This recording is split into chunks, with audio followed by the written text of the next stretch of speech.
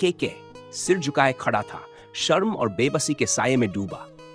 तभी उसके डैड अधिराज ने ठाका लगाते हुए कहा, अरे रे, इतनी उदासी क्यों? उस लड़के को मैं ऐसा सबक सिखाऊंगा कि वह तुम्हारे पैरों में गिरकर माफी मांगेगा। यह सुनते ही केके के चेहरे पर एक सधी हुई मुस्कान फैल गई।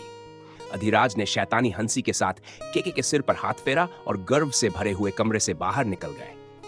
दूसरी तरफ मल्होत्रा प्रोडक्शन में सब कुछ शांत था, लेकिन इस खामोशी के पीछे एक तूफान था।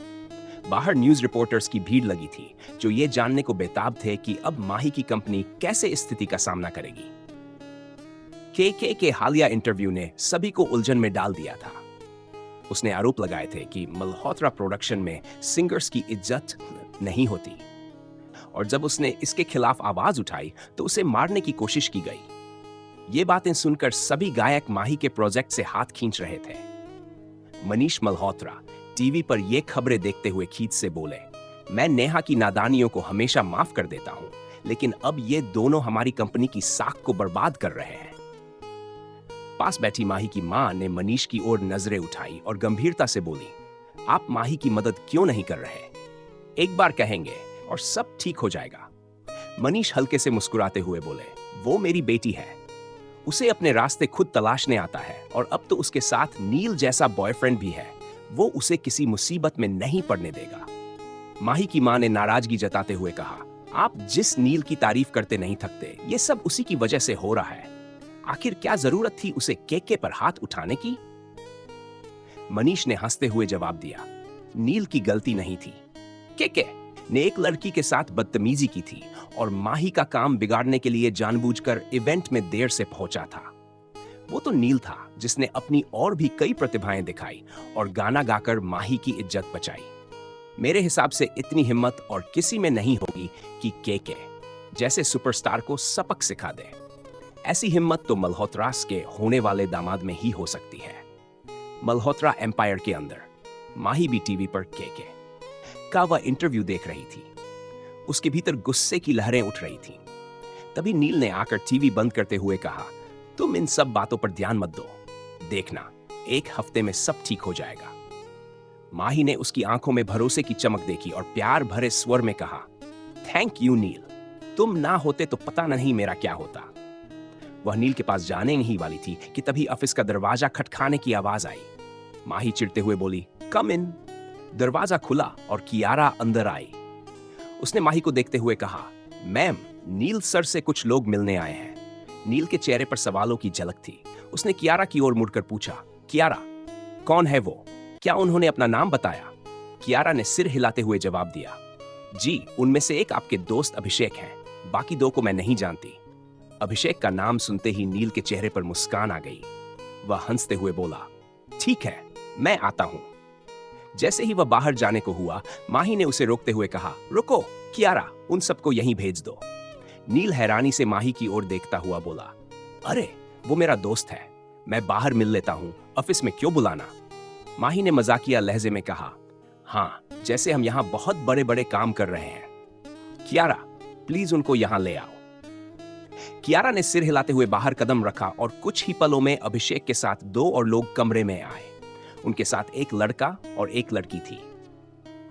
लड़के की शख्सियत में एक कड़कपन था और वह देखने में हैंडसम था, जबकि लड़की ने पिंक ड्रेस पहन रखी थी और उसके चेहरे पर एक प्यारी सी मुस्कान थी। उसे देखते ही माही के चेहरे पर खुशी की लहर दौड़ गई। माही आगे बढ़ी और मुस्कुराते हुए उस लड़की से बोली, प्रिया, ये क्या सरप्राइज दिया है? उन्होंने एक दूसरे को गले लगाया और फिर प्रिया ने अपने साथ खड़े लड़के की ओर इशारा करते हुए कहा, माही, मिलो, यह है मेरे बॉयफ्रेंड और होने वाले पति आरव ठाकुर। माही ने हेलो बोलते हुए आरव से हाथ मिलाया और प्रिया को छेड़ते हुए कहा, तो तुम प्रिया वर्मा से प्रिया ठाकुर बनने वाली हो। प्रिया के गाल शर्म से गुलाबी हो गए। वही आरव नील को लगातार देखे जा रहा था। अभिषेक ने मुस्कुराते हुए आरव को नील के पास ले जाकर कहा, नील, तूने पहचाना? अरे ये अपना दोस्त है, रैंक 3 प्लेयर, हमारी टीम का ग्रैंड मास्टर। नील ने ठंडे लहजे में कहा, हाँ, मैं जानता हूं आरव, बचपन का दोस्त। ये आखिरी लाइन उसने धीमे से कही, जो सिर्फ अभिषेक ही सुन सका। इसके बाद नील ने एक अलग अंदाज में आरव से हाथ मिलाया। आरव के चेहरे पर खुशी की लहर दौड़ गई। उसके लिए ये नील नहीं बल्कि उसके बचपन का सबसे करीबी दोस्त किंग था। नील को धीरे धीरे ये समझ आने लगा था कि उसके टाइमलाइन में बदलाव हुए हैं, पर ये बदलाव उसकी किस्मत को उससे से जोड़ रहे थे। शायद इस समय में नील की जगह किंग था। नाम और पहचान भले ही अलग हो, लेकिन उनकी किस्मतें आपस में गुंथी हुई थी। अचानक आर्व नील और अभिषेक के पास आया और धीरे से मुस्कुराते हुए बोला, अच्छा तो बताओ, हमारी भाभी थॉर्न प्रिंसेस कौन सी वाली है? आर्व का इशारा माही और कियारा की तरफ था और उसने जैसे ही हाय भाभी कहा, अभिषेक फुर्ती से उसका मुंह बंद कर देता है। लेकिन आर्व की इस हरकत ने माही, प्रिया और कियारा का ध्यान खींच ही लिया। प्रिया आर्व के पास जाकर हल्की मुस्कान के साथ उसे छेड़ते कहती है, तुम्हें तो दोस्तों से मिलते ही मस्ती सूझने लगती है, सुधरोगे नहीं? अभिषेक और नील ने राहत की सांस ली, मानो बड़ा सा तूफान टल गया हो। फिर आर्व नील की ओर इशारा करते हुए प्रिया से कहता है, प्रिया, ये है मेरे बचपन के दोस्त नील। आर्व को यकीन था कि किंग की पहचान अब बदल गई है और उसके दोस्त नील के रूप में एक नया सफर शुरू हो चुका है। प्रिया मुस्कुराकर नील से हेलो कहती है और फिर आर्व को छेड़ते हुए मजाक में कहती है, आर्व, तुम्हारा दोस्त तो तुमसे भी ज्यादा हॉट है। अगर ये पहले मिलता तो शायद मैं तुमसे शादी करने का कभी नहीं सोचती। आर्व का चेहरा गिरा हुआ देखकर माही हल्के से मुस्कुराती है और प्रिया के पास जाकर फुसफुसाते हुए कहती है, भले ही तुम नील से पहले मिल भी जाती, लेकिन तुम लौटकर आर्व के पास ही जाती। नील को मैं किसी और का नहीं होने देती। प्रिया हैरान होते हुए धीरे से माही से पूछती है, क्या चल रहा है तुम दोनों के बीच? माही कहती है, अभी तो कुछ नहीं चल रहा, पर जल्दी ही सब कुछ बदलने वाला है। थोड़ी देर बाद सभी हंसी मजाक के बीच सोफे पर बैठे थे और कियारा पास खड़ी थी। आर्व ने उसे बैठने का आग्रह किया, लेकिन कियारा हिचकिचाते हुए कहती है, आप आराम से बैठे, मैं सिर्फ असिस्टेंट हूं। आर्व माही से कहता है, माही, इनसे कहो कि बैठ जाएं। माही ने कियारा से कहा, कियारा, फॉर्मेलिटी की जरूरत नहीं है, तुम सिर्फ मेरी असिस्टेंट नहीं हो, दोस्त भी हो, बैठ जाओ। कियारा अब भी असमंजस में थी जब नील ने उसकी आंखों में देखते हुए कहा, कियारा, बैठ जाओ। आर्व ने चुटकी लेते हुए कहा, अब तो नील ने भी कह दिया, अब तो आपको बैठना ही होगा। कियारा मुस्कुराते हुए धीरे धीरे सोफे पर नील के पास बैठ गई। ये देखकर माही के चेहरे पर हल्की जलन थी जो प्रिया की नजर से छुपी नहीं रही। थोड़ी देर बाद नील ने आर्व से पूछा, तो भाई, अचानक ऑफिस में मिलने का क्या प्लान बना लिया?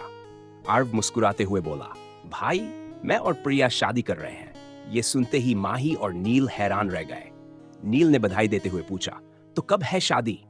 आर्व ने खुशी से जवाब दिया, अगले हफ्ते, और तुम सबको कल से हमारे साथ चलना है। शादी शिमला में है, प्रिया के गांव में, इसीलिए आज आए हैं। नील कुछ सोचकर बोला, सॉरी भाई, पर मैं नहीं आ सकूंगा।